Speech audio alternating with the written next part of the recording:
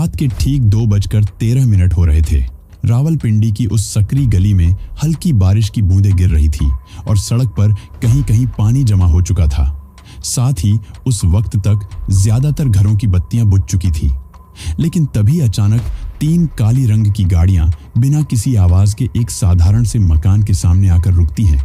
गाड़ियों के रुकने के बाद कुछ पल के लिए तो वहां सन्नाटा छा जाता है, परंतु अगले ही पल पाकिस्तानी आर्मी की वर्दी पहना एक हट्टा कट्टा जवान अफसर उस घर के दरवाजे पर जोरदार लात मारता है और हथियारों से लैस बाकी के जवान फौरन उस घर के अंदर घुस जाते हैं।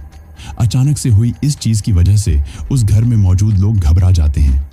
लेकिन उसी घर में मौजूद एक शख्स ऐसा था जो इन सब के होने से बिल्कुल भी नहीं घबराता है, जैसे कि शायद उसे पहले से ही पता हो कि एक ना एक दिन तो ये होना ही था। उसके चेहरे पर ना गुस्सा था और ना ही कोई हैरानी, बल्कि सिर्फ एक गहरी थकान थी, जैसे सालों की लड़ाई अब खत्म होने वाली हो। तभी पाकिस्तान आर्मी के जवानों के साथ मौजूद वहां की खुफिया एजेंसी ISI का एक अफसर आगे बढ़कर उस शख्स से कहता है कि तुम्हारा खेल खत्म हुआ मेजर, हमें सब पता चल चुका है। इसके बाद बिना कोई मौका दिए उस शख्स के हाथों में हथकड़ी लगा दी जाती है, आंखों पर काली पट्टी बांध दी जाती है और फिर उसे घसीटते हुए बाहर ले जाया जाता है। हालांकि बाहर की दुनिया के लिए यह सिर्फ एक गिरफ्तारी थी, परंतु उसी वक्त हजारों किलोमीटर दूर भारत में बैठे कुछ लोगों को इस बात का अच्छी तरह एहसास हो गया था कि पकड़ा गया वह आदमी पाकिस्तान आर्मी का कोई मामूली अफसर नहीं था, बल्कि वह एक ऐसी कहानी का अंत था जो करीब 20 साल पहले भारत में राजस्थान के गंगानगर शहर की एक साधारण सी गली से शुरू हुई थी, जहां एक सामान्य सा लड़का अपने छोटे से कमरे में बैठकर आईने के सामने डायलॉग बोलने की प्रैक्टिस किया करता था। कभी फिल्मी हीरो बनता था, कभी सैनिक, कभी देशभक्त और कभी शहीद। उसके पिता भारतीय वायुसेना में अधिकारी थे और मां एक गृहिणी थी। परिवार बिल्कुल साधारण था, परंतु उसके सपने बड़े थे। कॉलेज में थिएटर करने के दौरान जब स्टेज पर खड़ा होकर डायलॉग बोलता तो लोग तालियां बजाते नहीं थकते थे, मगर तब उसे ये पता नहीं था कि यही कला एक दिन उसकी पूरी जिंदगी बदल देगी। दरअसल 1970 के दशक में गंगानगर के अंदर जब एक नेशनल ड्रामा फेस्टिवल हुआ, तब दर्शकों की भीड़ में कुछ ऐसे लोग भी बैठे थे जो आम दर्शक नहीं थे, बल्कि वो लोग भारत की खुफिया एजेंसी रॉ से जुड़े हुए थे। शुरू में उन्होंने उसे भी बाकी कलाकारों की तरह ही देखा, लेकिन जैसे जैसे उसका अभिनय आगे बढ़ा, वे समझने लगे कि यह लड़का सिर्फ एक्टिंग नहीं कर रहा, बल्कि हर किरदार को जी रहा है। उसकी आवाज में आत्मविश्वास है, उसकी आंखों में सच्चाई है और उसके चेहरे पर भावनाओं का गहरा असर है। इसलिए कुछ हफ्तों बाद उसे दिल्ली बुलाया गया। कहा गया कि एक खास इंटरव्यू है, करियर से जुड़ा मामला है। वह खुश हो गया, सोचा शायद किसी बड़े थिएटर ग्रुप में मौका मिलेगा, मगर जब वह दिल्ली के एक गुप्त दफ्तर में पहुंचा और उसके सामने फाइलें, सिक्योरिटी गार्ड और गंभीर चेहरे देखे, तब उसे पहली बार महसूस हुआ कि यह कोई साधारण इंटरव्यू नहीं है। एक अफसर ने उससे सीधे पूछा कि क्या वह देश के लिए अपनी पहचान, परिवार और आरामदायक जिंदगी छोड़ सकता है? क्या वह ऐसा जीवन जी सकता है जहां उसका कोई नाम नहीं होगा, कोई फोटो नहीं होगी और कोई उसका इंतजार नहीं करेगा? यह सवाल सुनकर वह कुछ पल चुप रहा, परंतु फिर उसने अपने पिता की मेहनत, माँ की दुआ और बचपन के सारे सपनों को दरकिनार कर देश को चुना और बिना ज्यादा सोचे कह दिया कि अगर देश के लिए जरूरी है तो वह सब छोड़ देगा। शायद उसी पल उसकी पुरानी जिंदगी खत्म हो गई। हालांकि उसे तब इसका अंदाजा नहीं था। इसके बाद अगले 2 साल उसे ऐसी ट्रेनिंग दी गई जिसकी उसने कभी कल्पना भी नहीं की थी। उसे उर्दू सिखाई गई, अरबी शब्द सिखाए गए, इस्लामी रीति रिवाज समझाए गए, नकली पासपोर्ट बनाए गए, झूठी कहानियां रटवाई गईं। कई दिनों तक अकेले कमरे में बंद रखा गया ताकि वह मानसिक दबाव झेलना सीख सके। कभी उसे नींद से वंचित किया गया, कभी घंटों पूछताछ हुई, कभी अपनों की याद में वह टूटने लगता था, लेकिन हर बार खुद को संभाल लेता था क्योंकि अब पीछे लौटने का रास्ता बंद हो चुका था। धीरे धीरे उसकी बोलचाल बदल गई, उसका पहनावा बदल गया, उसकी सोच बदल गई और एक दिन उसे बताया गया कि अब वह इंसान नहीं रहा जो गंगानगर में रहता था। अब उसकी नई पहचान है, नया धर्म है और नया अतीत है, साथ ही एक नया भविष्य भी, क्योंकि अब उसे एक नए नाम नबी अहमद शाकिर से जाना जाएगा। इसके बाद उसे नेपाल के रास्ते पाकिस्तान भेज दिया गया, एक साधारण सा स्टूडेंट बनाकर, हाथ में बैग, जेब में फर्जी दस्तावेज और दिमाग में सैकड़ों झूठी कहानियां। बॉर्डर पार करते वक्त उसका दिल तेजी से धड़क रहा था।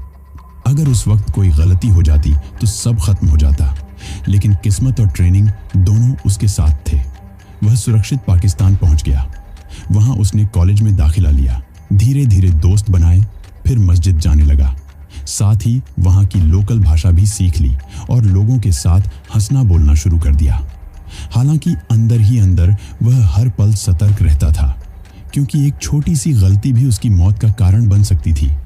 मगर वह हर परीक्षा में पास होता गया, हर शक को पीछे छोड़ता गया और धीरे धीरे वहां के सिस्टम का हिस्सा बनता चला गया। दिल्ली में बैठे अफसर उसकी रिपोर्ट पढ़ते थे और समझते थे कि उनका मिशन सही दिशा में जा रहा है, परंतु कोई भी यह नहीं जानता था कि यह रास्ता आगे चलकर कितना खतरनाक होने वाला है। और यही वह मोड़ था जहां से एक साधारण थिएटर कलाकार धीरे धीरे उस इंसान में बदल रहा था जिसे आगे चलकर दुनिया रविंद्र कौशिक के नाम से जानने वाली थी। लेकिन उस वक्त तक ना उसे इस नाम की खबर थी और ना ही उसकी आने वाली तकलीफों का उसे अंदाजा था। वो तो बस अपने मिशन पर आगे बढ़ रहा था, यह सोचकर कि अगर उसने एक कदम भी पीछे खींचा तो ना सिर्फ उसकी जिंदगी खत्म हो जाएगी बल्कि देश की उम्मीदें भी टूट जाएंगी। पाकिस्तान पहुंचने के बाद उसके लिए असली परीक्षा तब शुरू हुई जब कॉलेज की पढ़ाई पूरी होते होते उसके आसपास के लोग उसे एक भरोसेमंद, अनुशासित और समझदार युवक के रूप में देखने लगे थे।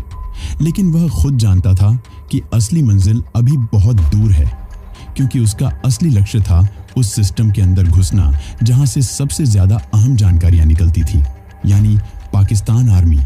और फिर उसे ये मौका तब मिला जब उसने एक दिन पाकिस्तान के किसी अखबार में पाकिस्तान आर्मी में भर्ती के लिए आवेदन देखा। और यही मौका उसके लिए सोने में सुहागा जैसा था, जिसके बाद उसने सेना में भर्ती के लिए आवेदन किया और फिर उसके लिए पढ़ाई के साथ साथ खुद को शारीरिक और मानसिक रूप से इतना मजबूत बनाना शुरू किया कि कोई उस पर शक ना कर सके। रोज सुबह दौड़, शाम को एक्सरसाइज, रात को किताबें और धार्मिक पढ़ाई शुरू कर दी। वह हर चीज में आगे रहने की कोशिश करता था ताकि कोई उस पर शक न कर सके। हालांकि कई बार वह अंदर ही अंदर टूट जाता था, क्योंकि उसे हर पल याद रहता था कि वह जिस पहचान के साथ जी रहा है वह उसकी अपनी नहीं है। मगर फिर भी वह खुद को समझा लेता था कि यह सब देश के लिए है। लेकिन जब सेना में भर्ती के लिए उसका मेडिकल, इंटरव्यू और बैकग्राउंड वेरिफिकेशन शुरू हुआ तो उसकी रातों की नींद उड़ गई, क्योंकि उसे पता था कि यहाँ एक भी गलती हुई तो सब खत्म हो जाएगा। लेकिन उसकी ट्रेनिंग इतनी पुख्ता थी कि हर सवाल का जवाब तैयार था, हर दस्तावेज सही था और हर कहानी बिल्कुल सटीक थी। इसलिए वह चयनित हो गया। पहली बार जब उसने वर्दी पहनी तो आईने में खुद को देखकर कुछ सेकंड तक खामोश खड़ा रहा, क्योंकि बाहर से वह एक पाकिस्तानी सैनिक लग रहा था, लेकिन अंदर से वह भारत का सिपाही था। धीरे धीरे ट्रेनिंग पूरी हुई, पोस्टिंग मिली और वह सिस्टम के अंदर और गहराई तक घुसता चला गया। वह अपने सीनियर्स की मदद करता, जूनियर्स का ख्याल रखता और हर मिशन में पूरी ईमानदारी से काम करता ताकि किसी को उस पर शक न हो। मगर इसी दौरान वह बेहद सावधानी से जरूरी जानकारियां इकट्ठा करता और गुप्त चैनलों के जरिए भारत भेजता रहता। दिल्ली में बैठे अफसर हर रिपोर्ट देखकर समझ जाते थे कि उनका यह एजेंट किसी खजाने से कम नहीं है। साल दर साल उसकी तरक्की होती गई और वह मेजर के पद तक पहुंच गया। अब उसके पास मीटिंग्स में बैठने का अधिकार था, फाइलें देखने की अनुमति थी और कई संवेदनशील ऑपरेशंस की जानकारी थी। लेकिन इसके साथ ही खतरा भी कई गुना बढ़ गया था, क्योंकि अब उस पर नजर रखने वाले लोग भी ज्यादा थे।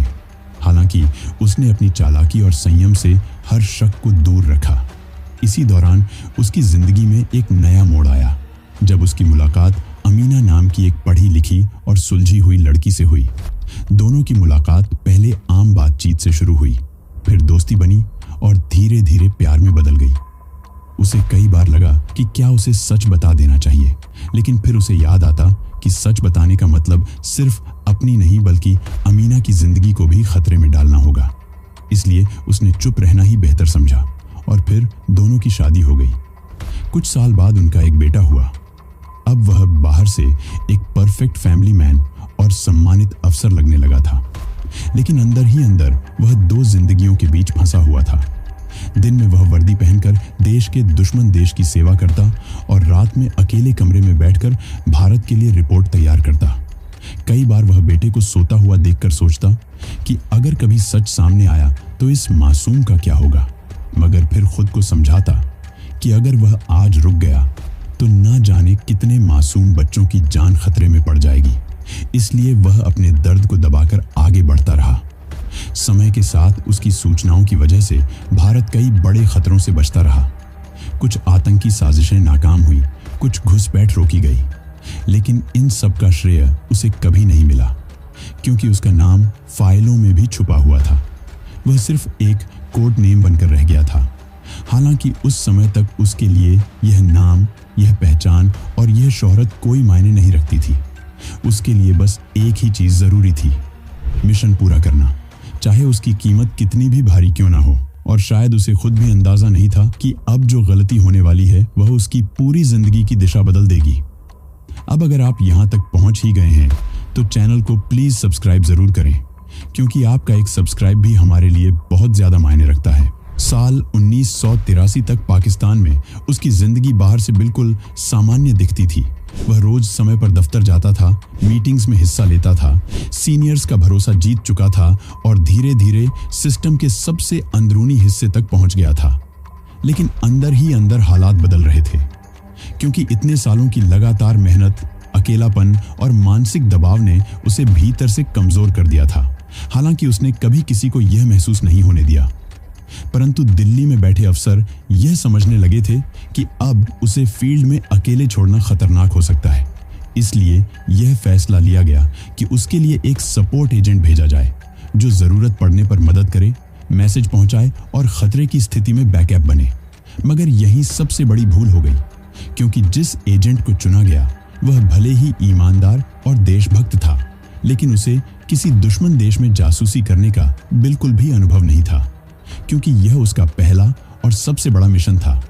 साथ ही भारतीय एजेंसियों के द्वारा दूसरी गलती यह हुई कि उसे जल्दबाजी में ट्रेनिंग दी गई। कुछ महीने की तैयारी में ही पाकिस्तान भेज दिया गया, जबकि ऐसे मिशन के लिए सालों की तैयारी चाहिए होती है। वह एजेंट खुद को तैयार समझ बैठा, मगर असलियत में वह उस दुनिया के लिए अब भी कच्चा था। पाकिस्तान पहुंचने के बाद वह सपोर्ट एजेंट शुरू में ठीक काम करता रहा, लेकिन धीरे धीरे उसकी घबराहट सामने आने लगी। कभी वह तय समय से पहले निकल जाता, कभी गलत जगह रुक जाता, कभी बिना वजह फोन इस्तेमाल करता और कभी ऐसे लोगों से मिलने लगता जिन पर नजर रखी जा रही थी। हालांकि रविंद्र ने कई बार उसे इशारों में सावधान किया, समझाया कि यहाँ एक छोटी सी गलती मौत बन सकती है, मगर नया एजेंट अनुभव की कमी के कारण खतरे को समझ नहीं पा रहा था। और फिर वही हुआ जिसका डर था। एक दिन उसकी संदिग्ध गतिविधियों पर ISI की नजर पड़ गई। पहले उसका पीछा किया गया, फिर उसका फोन टैप हुआ, फिर उसके कॉन्टैक्ट्स को खंगाला गया और धीरे धीरे पूरा जाल उसके चारों ओर कसता चला गया।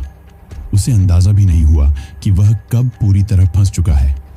एक रात अचानक उसे उठा लिया गया, बिना किसी कानूनी प्रक्रिया के, बिना किसी सूचना के उसे अंडरग्राउंड सेल में डाल दिया गया। शुरू में उसने खुद को निर्दोष साबित करने की कोशिश की, लेकिन जब पूछताछ में कुछ नहीं निकला तो टॉर्चर शुरू हुआ। लगातार कई दिनों तक नींद नहीं लेने दी गई, भूखा रखा गया, मारपीट की गई, मानसिक यातना दी गई और आखिरकार वह टूट गया, क्योंकि था तो एक इंसान ही, पत्थर तो था नहीं।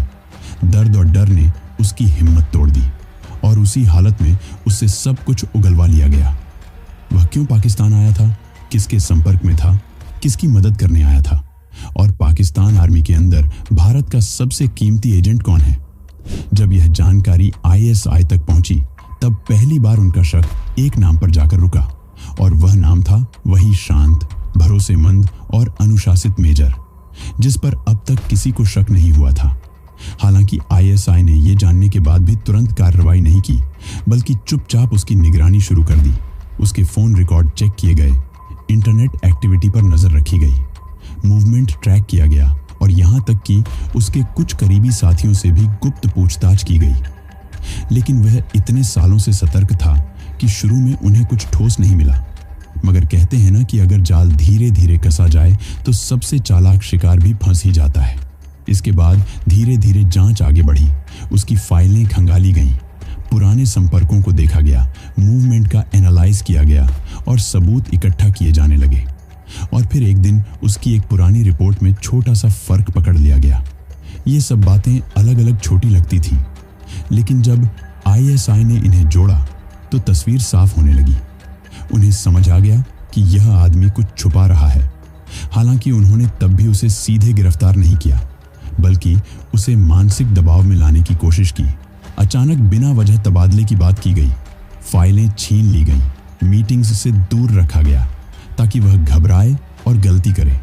और सच में कुछ ही महीनों बाद वह अंदर से टूटने लगा।